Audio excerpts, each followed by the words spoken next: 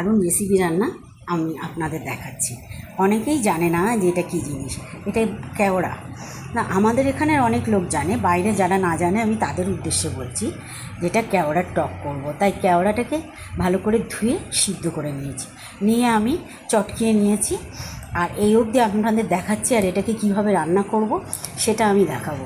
কিন্তু আমার মামার বাড়ি দেশে আর কি, নোনা এলাকা, ওখানে নদী আছে, আর সেই নদীর ধারে ধারে এই গাছ আছে।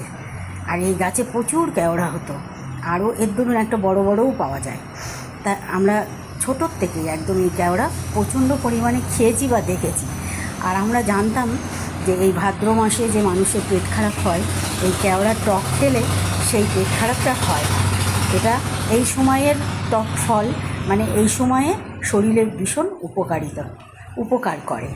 তাই কী কী উপকার করে আমি বলতে পারবো না, শুধু এটা বলতে পারি যে পেট খারাপের হাত থেকে বাঁচার জন্য বেশি বেশি করে কেওড়ার টক খান, তাহলে এই ভাদ্র মাসে যে পেট খারাপটা হয় তার হাত থেকে বাঁচা যায়। ঠিক আছে, আমি নিয়ে আসছি পরে রান্নাটা দেখানোর জন্য। দেখুন, আমি কড়াইতে তেল দিয়েছি আর দিয়ে দিচ্ছি একটা কাঁচা লঙ্কা আর একটু সর্ষেটা তো ফুটে যাক সম্পূর্ণটা, তারপর আমি লঙ্কাটাকে একটু উল্টে দিলাম। দেখুন, সর্ষেটা কালো হয়ে এসেছে কড়াইতে, আর এর একটা সুন্দর সেন্ট হচ্ছে। এবারে কিন্তু আমি দিয়ে দিচ্ছি এই কেওড়াটাকে সর্ষে নিয়ে যে করছে সেটা আমি দিয়ে দিলাম কড়াইতে। এটা আমার ভালো করে ছাঁকা হয়নি, দাঁড়ান আর একটু দেখুন এই কেওড়াটা আমি এতে লবণ হলুদ দিলাম আর দিয়ে দিলাম একটু সামান্য চিনি দিয়েছি। চিনি না দিয়েও অনেকেই খায়, আবার চিনি দিয়েও খায়। এ কিন্তু আবার চিংড়ি মাছ দিয়েও রান্না করে।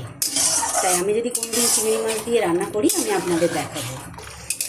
এটা কিন্তু যে দেশে আছে তাদের জন্য না, যে দেশে নেই সেই দেশের মানুষকে আমি দেখাচ্ছি এটা। তাই সবাই দেখবেন, কিন্তু কেউ কিছু মনে করবেন না যে এটা সেসব তো আমরা জানি, কিন্তু যারা না জানে আমি তাদের উদ্দেশ্যে এটা করলাম। আর কেওড়ার ছবি তুলে রেখেছি, সেটাও কালকে দেবো সকালে। এই দেখুন, এটা এখনও ফোটেনি, কিছুক্ষণের মধ্যে হয়ে যাবে। দেখুন আমার এই কেওড়ার টক হয়ে গেছে, আর এর একটা দারুণ গন্ধ বেরোয়। সেটা মানে এই যে সর্ষে আর কাঁচা লঙ্কাটা ফোড়ন দিলে, বেশ কাঁচা লঙ্কাটা এই সর্ষের সাথে একটু সুন্দর করে ভেজে নেবেন, নিলে খুব সুন্দর একটা গন্ধ বেরোবে। আর যেদিন চিংড়ি মাছ দিয়ে করব সেদিন আমি অবশ্যই দেখাবো।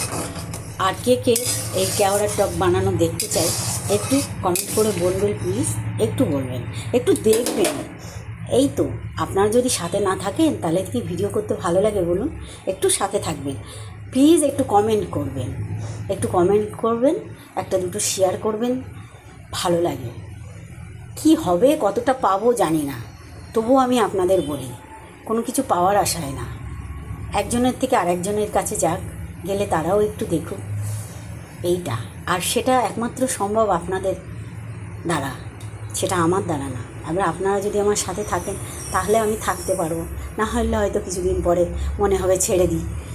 এই জন্য বলছি একটু সাথে থাকবেন প্লিজ।